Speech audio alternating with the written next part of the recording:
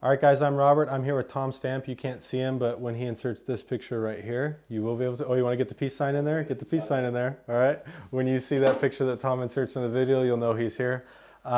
We have a new little series that we want to do. You know, we've got the driving fast cars slow. We've got maybe, I guess, kind of cool stuff on track that I'm very thankful for the Nürburgring to allow me to do, which I'll discuss in point 3 today.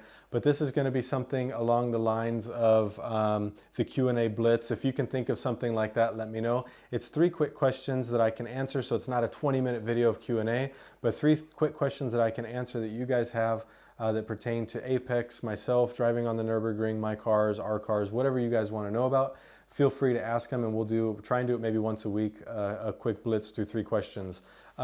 One that I got today, actually, the question that was really cool was, what is it like, or how do you adapt to driving so many different cars on the track? This weekend I went from driving the Polo GTI, the GT86, the Pista 675 LT, GT2 RS, the Cayman, and I drove the T6 all on the track all at the same time. And braking points are different, turn-in points are different, the way the car drives. Then you go from the wet to the dry to changing conditions, and it actually does become a challenge. And to be honest with you, it does affect you. It does make it to where you're not as fast and not as fluid when you drive so many different cars around the track. On one side though, I get in the 675 LT and it immediately comes back to me because I've done 1,000 laps in the car. You get into a routine. You get in the GT2 RS. The GT2 RS is a completely different animal. The weight's all the way in the back of the car. You have a different feeling driving that. You get in the Pista, the weight's a little bit more forward. It's got brutal speed. Then you get in the Polo. It's front wheel drive. You need to trail brake it to rotate it. You need to do different things. So it is a challenge, but what you have to do is you have to keep in mind, okay, this is a new car, and you start to get a rhythm for each car, and when you get in it and when you get behind the steering wheel, you do start to feel that rhythm immediately. The best thing that I do is when I get into a new car, I do a slow lap. I go out and I get a nice flowing line in the car and I start to feel the car, and by a couple turns in, you start to feel it, and then you're not on full throttle, full brake, full throttle, full brake. You're doing a nice flowing line. And what that does is kind of gets you set to how the car loads up in the corner and things like that. And then you slowly start picking up the pace. And then by the second lap, you can usually take a pretty good pace with it. I can tell you 100% if I were to go and drive the GT2 RS as my main car for a month, by the time that I was done with that month, I would have that car dialed and I would be much quicker in it. However, I do enjoy variety and I'm not out chasing lap times. Somebody asked me the other day, what's your fastest lap? Don't know. I just go out and have fun. I can get done with a lap and say, hey, that was pretty quick. But I'm not sitting there timing. I'm not worried about that. That's not something I'm concerned about. So yes, it is a challenge going from all these different cars, braking points. But once you get to know the Nürburgring enough, you have a feel for it. You have a certain feel to the speed that you're coming, and you're not really looking at the speedometer so much. You're more feeling the car and knowing, okay, these are what the tires are capable of. You get some guys that jump in a car and they get through Hohenrhein, the first turn, and they're already just immediately turned on with it and flying. I'm the type that I like to take my time. I'm very relaxed. I know that the Nürburgring is just 700 meters away and I've got plenty of laps that I can do. The second question is manual versus dual clutch transmission. Okay, this is for the real men out there to scoff and grovel at, but the reality is what do you want? Are you out there trying to put together a symphony of gear shifts and things like that, or are you wanting to go out and have a nice time? I make the joke that I'm too old to worry about driving a manual transmission hard on the Nürburgring. When I take the GT86 out, I absolutely love it. It's so much fun shifting through the gears because it's just one more rhythm that you get to be in. Put a DCT in the Pista or the GT2 RS, forget it. I want nothing to do with that. Anybody that tells me they want to drive a GT2 RS or a Pista with a manual transmission is telling me they would rather be slower. You cannot drive those cars as fast as they go with that transmission and really enjoy it at the end of it and go out and do 20, 30 laps. It's just would be so complicated. If you watch my Pista video, you see how often I'm changing gears. The gear ratio is so short. You would literally be doing a manual shift and downshift 2 to 3 times at every turn, and that's a bit ridiculous.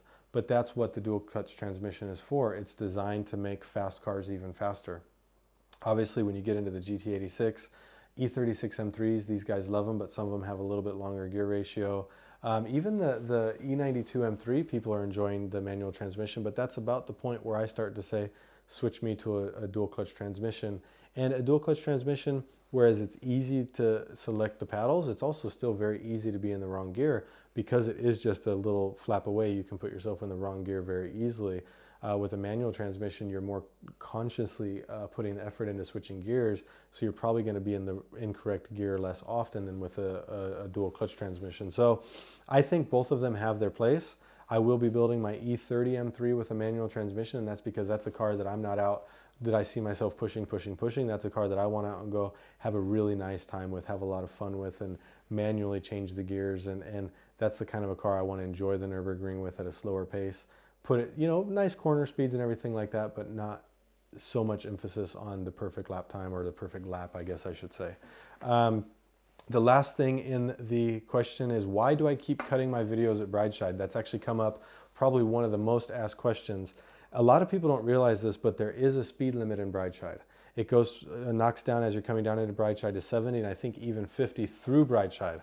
It's something that I try and follow, but to be honest with you, I do get excited sometimes and I forget and I blast through. I am very lucky in the sense that the Nürburgring is giving me media licenses to do the filming that I do on track. So anytime you see a video from me, it's filmed with a media license, sent to the Nürburgring for approval, and then uploaded on our platform. Well, if the Nürburgring is giving me the trust to go out and work with them and make videos that ultimately might reflect them and their interests, and I speed through an area that they would like me not to, I need to cut it out. The reality is that I should be slowing down there, and I should have slowed down there, and that's a bad example that I'm setting by going quick through there. Most of my laps, I do make a conscious effort to slow down, but I get out with some friends and we're having a good time, and you don't think about it because you are on a racetrack. Why do you need to slow down there? You need to slow down there because that, even though Breidscheid exit is closed and no one's able to turn off there, emergency vehicles can come in, ambulances, tow trucks, marshal cars could be coming on and off the track there. And when you come hot down out of Versailles into Breidscheid and you make that left-hand turn, just 150 meters away is the entrance where a big tow truck could be coming on the track, and you're flying through there 120 kilometers an hour. It's not an ideal situation. So what have I been doing? If I do go through there too fast, we do cut the video and then bring it back in at Xmula. If I am doing my job well and I'm on point, the next videos that you see will not be cut like that. We just have to hope that I keep it in my mind and I make it happen. It's something that I should be doing. It's something really that you guys should be doing as well. There's been videos coming out with a car flying around and a tow truck backing off the track. There's been no incidences that I've seen, but it's definitely been some hairy full ABS stops. So that's the reason I've been cutting out the videos there. And like I said, it's something that I should be doing. I'm setting a bad example, so we're cutting that out. And in the future, I'm going to continue to try and do better in that regard.